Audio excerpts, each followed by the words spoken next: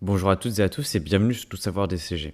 Aujourd'hui, on s'intéresse à la troisième partie du cours du droit fiscal, l'impôt sur le revenu.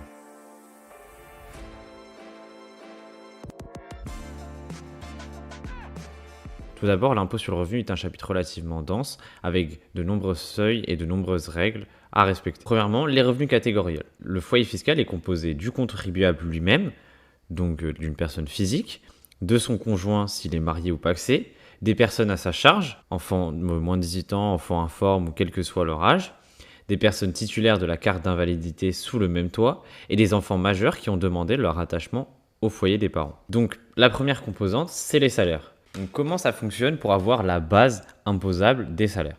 On va partir du salaire brut et on va y enlever les indemnités forfaitaires pour frais de mission, les sommes reçues au titre de participation.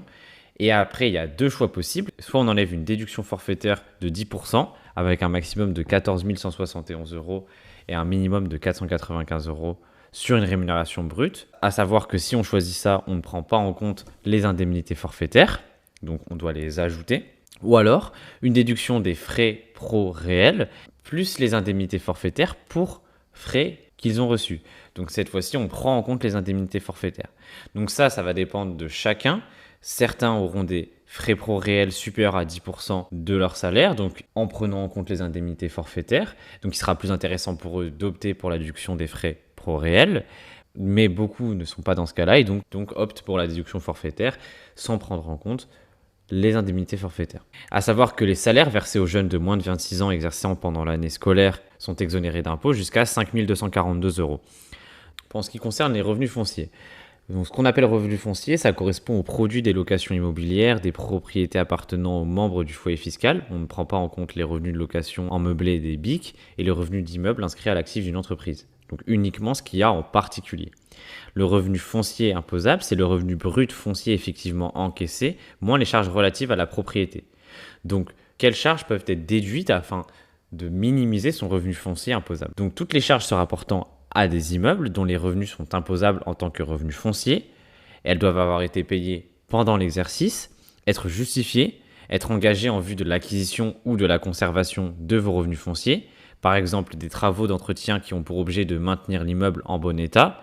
Les SCI sont en principe soumises à l'IR. Il y a également le régime microfoncier, à défaut d'option du contribuable pour le régime d'imposition du droit commun quand le montant de ses revenus fonciers perçus en N n'excède pas 15 000 euros. Le revenu imposable est égal au revenu brut diminué d'un abattement forfaitaire de 30%, réputé couvrir l'ensemble des charges de propriété. Donc ce régime, il y a un abattement forfaitaire de 30%. Les bénéfices industriels et commerciaux, donc les BIC, ils permettent de calculer les bénéfices imposables dans les entreprises individuelles. Il y a le régime des micro-BIC avec un seuil de CA hors taxe de 188 700. Donc le revenu imposable dans les micro-BIC correspond au revenu brut moins l'abattement forfaitaire de 71% pour la vente de fournitures de logement et 50% des prestations de services. Pour les revenus des gérants et associés, la rémunération est imposable si le travail est effectif et non exagéré. Pour les bénéfices non commerciaux, par exemple provenant d'une activité libérale, il y a deux possibilités. Soit ils sont au régime réel si c'est un BNC supérieur au montant des micro-BNC, donc de 77 700. Soit ils sont au régime des micro-BIC avec des recettes annuelles inférieures à 77 700, bénéficiaires de la franchise de TVA. Dans ce cas, il y a un abattement forfaitaire de 34%. Les bénéfices agricoles, c'est le régime des micros avec des recettes inférieures à 85 800.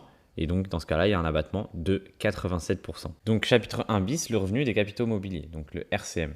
Alors, vous avez peut-être déjà entendu parler de flat tax. En France, les plus-values pour les reventes d'actions ou d'obligations ou tout titre de ce style est imposé à hauteur de 30%. Donc, pour la décomposition, c'est 12,8% d'IR et 17,2% de prélèvements sociaux, à savoir que sous certaines conditions, un livret permet de bénéficier un abattement à hauteur de 100% de l'IR et donc simplement être soumis à hauteur de 17,2% sur sa plus-value. Et sur option, il est possible d'opter pour le taux progressif de l'impôt sur le revenu.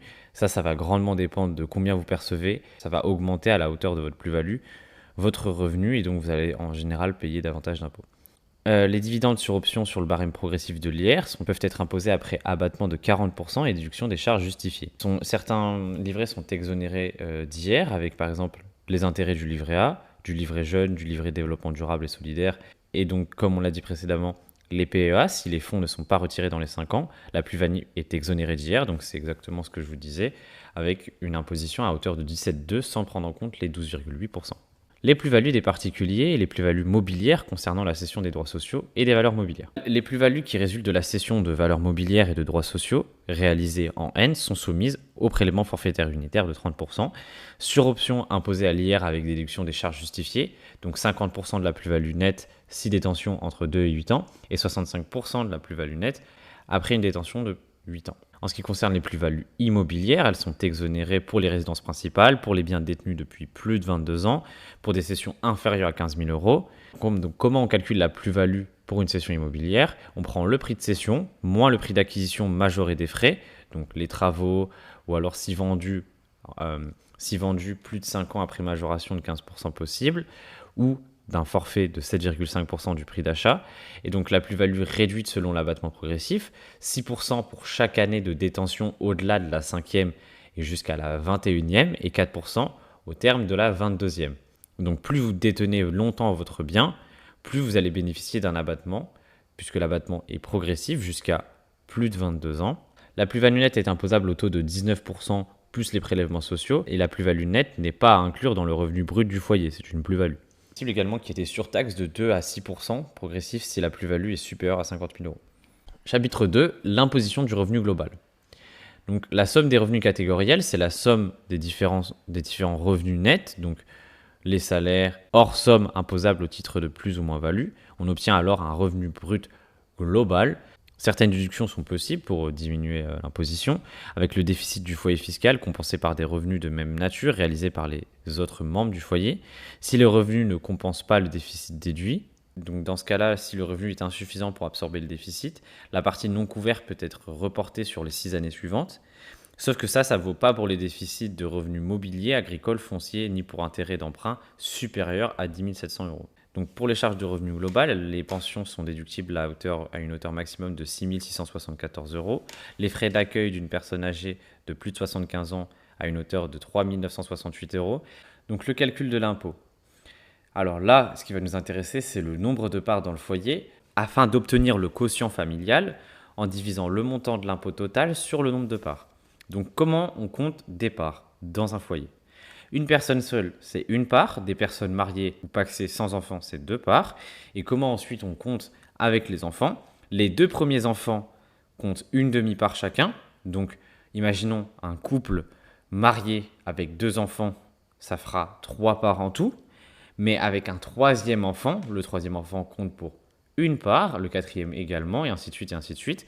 Donc, au-delà de 2 enfants, c'est une part par enfant. Donc, on va prendre un exemple. Un couple marié avec 3 enfants représente chacun une part plus une part. Une part en tout pour les 2 enfants qui comptent une demi-part. Et pour le 3e enfant, une part. Et donc, ça fait 4 parts. À savoir qu'il est également possible de bénéficier de réductions d'impôt ou de crédits d'impôt liées notamment à des dons et à des œuvres d'intérêt général. Des réductions d'impôt jusqu'à hauteur de 75% du don, jusqu'à 1 000 euros et 66% au-delà. La scolarité des enfants, pour des enfants par exemple au collège, c'est 61 euros par enfant, 153 s'ils sont au lycée et 183 s'ils sont dans le supérieur. Et des frais de garde de jeunes enfants, des cotisations syndicales, des dépenses de grosses réparations, des économies d'énergie et des améliorations de l'habitation principale. Mais il y a une règle, le bénéfice du quotient familial est plafonné à 1 759 euros par demi-part supplémentaire accordée du fait des enfants à charge. Donc, comment on calcule notre revenu net imposable? Donc, on va prendre tous les revenus hors RCM divisé par le nombre de parts, ce qui va nous donner notre quotient familial. À ça, on va y enlever toutes les réductions possibles qu'on vient de voir juste avant, et on va donc ensuite le multiplier par le nombre de parts. Il faut ensuite vérifier le plafond du coefficient familial. Donc, comme on l'a dit, c'est 1 759 euros par demi-part supplémentaire. Et il ne faut pas que ce plafond soit dépassé, sinon c'est 1 759 euros qui sera appliqué. Donc la CSG et la CRDS. Donc pour la CSG, le taux c'est 9,2%, dont 6,8% déductible sur le revenu imposable pour les salaires. Le taux de CRDS c'est 0,5% et la liquidation est effectuée par l'URSSAF. Ils prennent une assiette de 98,25%. Les prélèvements sur le revenu du capital à un taux de 17,2%. Les personnes fiscalement domiciliées en France sont soumises à la CSG à un taux de 9,9% et à un taux de 6,8% pour la CRDS sur le montant net du revenu de leur patrimoine financier ou immobilier. La fraction déductible de la CSG est de 6,8% est admise en déduction du revenu imposable de l'année de son paiement. Donc ici, j'ai un tableau qui résume l'ensemble pour calculer l'impôt, donc avec toutes les déductions possibles, avec la vérification du plafond. Donc pour vérifier le plafond, vous allez calculer si le couple n'avait pas d'enfant et vous allez voir si le plafond de bénéfice d'impôt est bien respecté, à savoir qu'il ne peut pas excéder 1 759 € par demi-part. S'il excède, vous allez simplement appliquer les 1 759 € et donc vous allez ensuite calculer l'impôt avec le plafond par enfant et ensuite le réduire avec les dons ou les autres frais relatifs qu'on a vus et ensuite vous allez obtenir votre montant d'impôt. Comment ça se passe pour payer l'impôt ? Bon, l'établissement de l'impôt, il n'y a pas de déclaration maintenant, comme vous le savez, c'est au prélèvement à la source. L'IR est calculé entre juin et septembre par l'administration fiscale. Au niveau du paiement de l'impôt, c'est un prélèvement à la source sur la quasi-totalité des revenus. Il y en a certains qui doivent encore donner lieu à des déclarations. Le prélèvement à la source, il est effectué par un paiement, par prélèvement CEPA ou télérèglement pour ceux qui ne sont pas prélevés à la source et il permet d'éviter le décalage entre la perception des revenus et le paiement de l'impôt, contrairement à ce qu'il y avait avant. Les salaires, ils sont prélevés à la source par l'employeur, donc ça passe même pas par le compte du salarié. Et donc, il applique chaque mois le taux de prélèvement et le verse à la DGFiP. Pour les BIC, les BNC, les BA ou les revenus fonciers, il y a des acomptes mensuels ou trimestriels prélevés sur le compte du contribuable. Et donc, il n'y a pas de prélèvement à la source pour les plus-values ou pour les RCM, comme on a vu avec la flat tax tout à l'heure. Le taux de prélèvement, c'est 100%, donc 100% fois l'IR afférent aux revenus soumis au prélèvement divisé par le total des revenus au prélèvement, et donc il est calculé sans tenir compte des réductions et crédits d'impôt. Un contribuable peut opter pour un taux individualisé ou pour le taux par défaut ou un taux neutre pour des raisons de confidentialité.